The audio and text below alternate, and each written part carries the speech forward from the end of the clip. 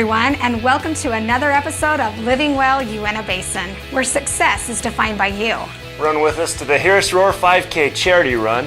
This is a great event to raise awareness for hearing loss. And on Dish by Dish, we're going to meet up with George Burnett, who's going to show us some of his secrets to juicing and smoothies. And then for all you skiers out there, we're going to meet somebody that's going to show us some great ideas for backcountry skiing. It's going to be a really fun episode, so let's go get started. Living Well, Uintah Basin, presented by Ashley Regional Medical Center. Also made possible by Anadarko and Uintah Recreation District. Living Well, Beyond the Couch.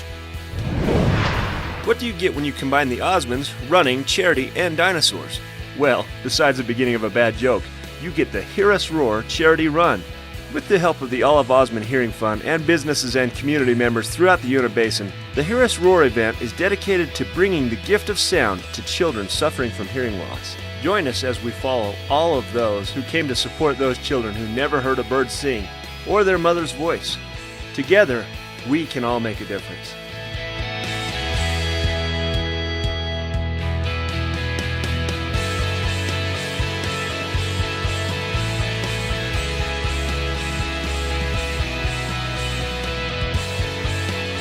I am so excited. This is, like you said, this is a great event benefiting a great cause. We got two great kids right here locally, right here in the Uintah Basin that are getting to the top of the line. Best hearing aids, thanks to Miracle Ear and all of our wonderful other sponsors. This is my favorite part of putting together any of the events, seeing the people and having fun, doing a little Zumba at the finish line, having some food, and just the interaction, the excitement of it. It's like the pre-race is fun, it's exciting. Because of you, this lovely young lady right here can hear. We also have one other person from Roosevelt. His name is Philip. He was also able to get some brand new hearing aids. Thank you guys for making this all happen.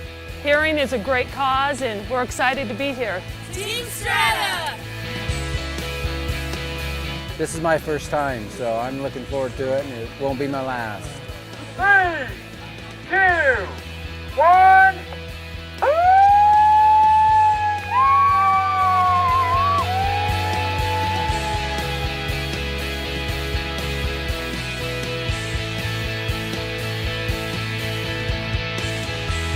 We have double the amount of people registered this year than we did last year.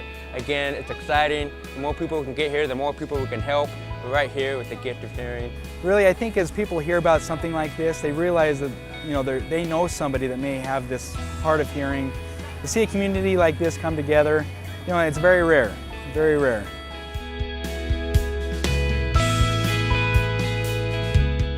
The thing that I want everybody to know is that it really does make a difference. Every registration, every bit does count. It changes their lives forever.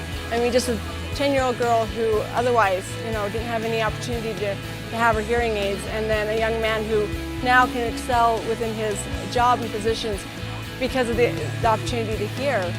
Well, a lot of people don't realize, but the Osmonds actually began performing in the 50s to help raise money to purchase hearing aids for their two older brothers who were deaf. Yeah, my father would go out with his brothers and try to raise money, singing at the county fairs to help raise money to purchase hearing aids. So that's how the Osmonds actually began performing, and we're very passionate about it, and we love to see the lives change through this foundation.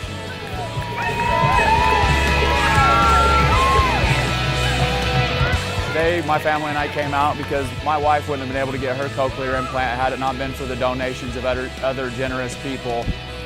This event compared to others, it was well organized. The path was well marked. It was a nice run and a nice time. I know that a lot of volunteer time has gone into this to have people come out and help these kids, and just thank you for doing this. We can't do much alone, but together we can do so much more. Living Well, Dish by Dish. I'm here with George Burnett at iHeart Drilling Smoothie and Juice Bar. And George, I have to say, I'm really excited that we have a place like this in Vernal. Tell us a little bit about how this came about. Okay, so I started juicing 25 years ago or so when I first connected with Jay Kordich, the juice man, the father of juicing. Here's his book, The Juice Man's Power of Juicing. I saw him in Provo, Utah. He gave a seminar about juicing. I jumped on board. I actually had a seat cover shop, sold that, and toured the entire nation teaching people with Jay and in place of Jay about juicing. So I came to Vernal 5 years ago, set up I Love Drilling, and realized we need to have a great place for juice and smoothies. And so I set this up recently, and it is so fun to be serving the community healthy, delicious juice and smoothies. Well, I can tell you, we as a community appreciate having this here. Thanks. And it sounds like you're really educated with the juicing. You know exactly what you're doing. It's not just something you're trying to figure out as you're beginning this business. Raised my children from, 5 children, all on juices, and these kind of healthy smoothies, all on healthy foods. I wrote a couple books, the Bread Man's Healthy Bread book. So I've been teaching people about breads and eating healthy and juices for 20 plus years all over America. And it's a joy to be here again with the Juice and Smoothie Bar. We're having a blast with it. Well, if they come in, they've got their choice. Here's your menu right here, but they've got their choice of a smoothie or juice. 50 different combinations. Everything from Ashley Valley, which number 1, which we're going to do this one, that was the first discovery well for the basin. So I've named them all. I mean, it had to be it had to tie in with I Love Drilling, right? Your business. So it had to, make those linkages. And so we have all discovery wells and historic names for our Juice and Smoothie Bar.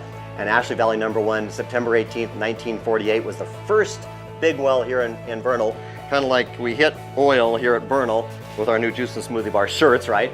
So we're gonna make that one. We've got 20 different smoothies, 30 different juice combinations. We're gonna make a juice. We're gonna make a smoothie here. So Okay. both of them, okay? Now for time, we've already gone ahead and mixed our smoothie. We've done that and one. blended it. Why don't you tell us a little bit about this smoothie? Oh, sure, okay. So, and this one is the ingredients: banana, then strawberry, peach, pineapple, mango, non-fat Greek yogurt, unsweetened almond milk.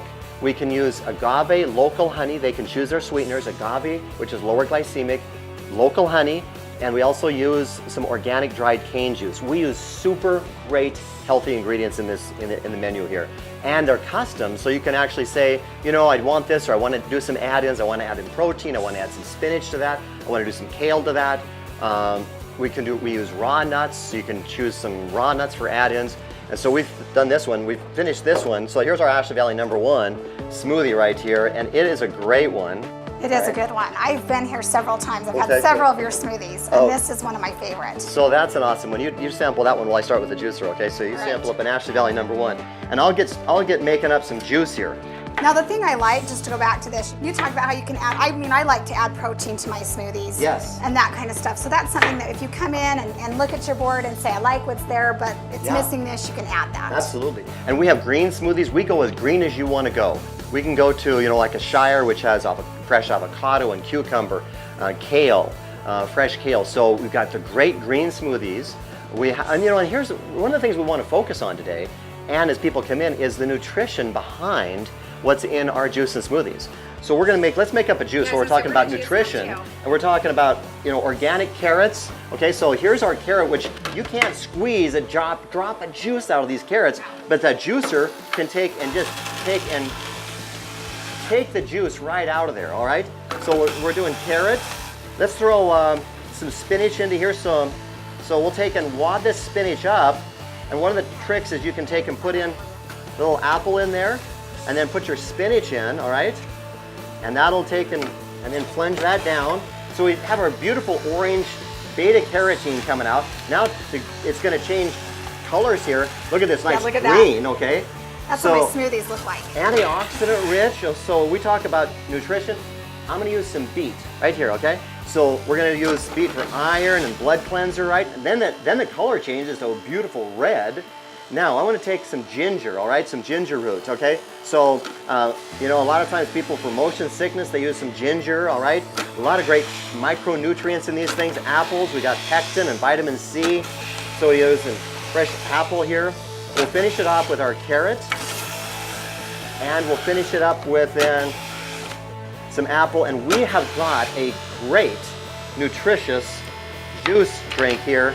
There it is right there. That's just right at our 16 ounces, okay? So there you go, Lenise. Isn't that great? It smells really good. So we use, fresh lemon. We've got, our kale that we put through here. You can do both juices and smoothies. If you want to smoothie in the kale and the juice, and the spinach and all, we'll smoothie it up for you if you want to juice it. Either way, okay? So super great nutrition, and again, it's really a joy to have this as an option for people to get super healthy with. Okay, love teaching people about this. Well, I love that you have an option that you can come do this. I mean, I know before you were here, when I was out of town, we were always looking for a great smoothie place to go to, and now it's local. Oh, yeah. I need to try this, but. There you go. All right, toast. All right, okay. here we go. Here we go. Toast. Yeah. Uh-huh. That's good. That ginger, nice hit of the ginger yeah, there. that's okay. great. Well, I think it's fantastic, and I appreciate you bringing this business because it's something we needed. And I want to encourage everyone to come out and try it. You will not be disappointed. Thanks again, George. Thanks, Lynette. We always hear how breakfast is the most important meal of the day, but did you know that skipping breakfast may lead to weight gain? Studies show that eating breakfast aids in weight loss as well as gives you more energy for the day. Living well, your way. I'm really excited about our show today. I have Dave McPherson here with me, and he is an extreme mountaineer, and he is going to tell us a little bit about backcountry skiing. Now, first of all, this is a hobby of yours. This is not what you do for a living. You have a full-time job, and this is what you like to do to... Yep, I wish this was my full-time job, but unfortunately it's just a hobby, so. Well, it sounds like it's kind of a full-time job. Yeah, it could be. The first question I guess I have for you, when I think of backcountry skiing, I think a lot of us think of cross-country skiing or snowshoeing, but you're here to tell us that that's not what this is. Yep, you're exactly right. Yeah, you know, that's a common misconception when I mention to somebody that, hey, I'm going to go backcountry skiing. A lot of time the image that comes up for them is to be on a ski similar to this here, which is an actual cross-country ski. As you can see, it's got a fairly narrow waist to it, which is this dimension here. And it's something that's good for traveling across flat ground, but it's not necessarily good for skiing in the high alpine environment and being able to ski downhill in the powder snow that we all want to be able to go and ski. So this here is an example of backcountry ski. Sometimes it's referred to as alpine touring, or the French word is randonnée. And as you can see, the dimensions of the ski are really similar to what you would ski at a ski resort. The biggest difference between this ski and a resort ski is, number one, the boot. The boot has a rubber sole on it, similar to a hiking boot, which is really handy when you're in rocky terrain. You're able to scramble and have the security that you need. And then of course, as you can see, the binding's a little bit different. Similar to a cross-country ski, you're able to move your foot and walk. And then as you get into steeper terrain and you start climbing uphill, you are able to use these elevators here, which allows you to take out some of the calf strain as you're hiking. Now, as far as climbing up steep hills, there's a thing that's fundamental to the backcountry ski, and that's the climbing skin. And I have one on the bottom here, and this is kind of like a post-it note. It sticks to the bottom, but then you're able to take it off. And it's just got a lot of little hairs on there, and as you rub your hand this way, you can see that it's smooth. It's smooth, yeah, it's really smooth. And then as you come back this way, all of those hairs stand up. Kind of like if you were to rub the hair on the back of your neck. And that's a principle that allows this ski to climb uphill, is that you're able to slide the ski forward with no resistance, and then as you set your weight, all of those hairs will grab the snow and allow you to climb. So you actually climb, I mean, when I think of this, I think of you popping your skis off and trudging up that hill with your skis in tow, but no, you actually are on the skis the whole time climbing up that hill. Yeah, you're exactly right. And the thing that's interesting with this type of ski is that you think, well, I've got an extra 10 or 15 pounds on my foot. That seems like it'd be heavy and cumbersome, and how could you really climb that well? And I know this is counterintuitive, but you honestly can climb faster with less energy during the winter on snow than you can that same slope during the summer. It's just a way faster way to travel uphill, and of course going downhill, there's no question. Well, and I'm just going to have to take your word for it. And I mean, I'm going to have to try this, but one thing that I like to alpine ski. I go to the resorts and do that kind of skiing, and I guess in my opinion it feels safer. And why do this as opposed to the ski resorts? Well, I do love ski resorts. I've spent a lot of time skiing at ski resorts, and it's a great place to build those foundational skills and to go and have fun with your friends, and honestly to be able to ride chairlifts and not have to walk uphill. It's great. But at some point, you kind of feel like you're, at least for me, I feel like I'm in a carnival atmosphere with all of the people and just you're roped in everywhere you go. But this type of skiing gives you the freedom to get a small group of friends to go out, to be able to climb up into the high alpine, to be able to ski untracked slopes and really go where you want to go and do the things that you want to do. And it's just a great way to explore the mountains. Well, I think it sounds great. A couple of things, you've got some equipment here, and I know that's probably stuff that if you're going out, you're going to want to have with you. If you want to take just a quick second to tell us a little bit about it, what you'd want to have if you went out. You bet. Yeah, here are 3 critical pieces of safety gear. I'm going to hold up some of these. So this is a shovel here. It's a shovel, and then we also have a beacon, and that's an avalanche beacon. So this is something that starts beeping if you've been covered in snow or whatever. It helps you find the person. Yep, you're exactly right. These are the 3 pieces of gear that are mandatory to have if you're going to go backcountry skiing. And they all involve avalanche rescue, because if you have somebody in your party who's caught in an avalanche, their only hope is to have a quick recovery, and this is the gear that allows you to do it. As you mentioned, the beacon sends out a signal that the other members of your party can pick up. You have a probe there that you can go down and pinpoint their exact location, and you have a shovel there that will allow you to quickly get to them and recover them as well. Well, I know you do this with your wife, you said, and I think that's a great activity that you can go out and do with your wife. Not very many couples maybe have that common interest, and I think it's great that you do. But I bet you've also seen some pretty incredible parts of the world with this. Where's some of the places you guys have been? Well, of course, we love to ski locally, but it's always fun to have an excuse to be able to go other places and to see new mountains and to be able to travel. So some of the places that we've traveled are just all around the West. I think we've done backcountry skiing in every Western state except for New Mexico and Arizona.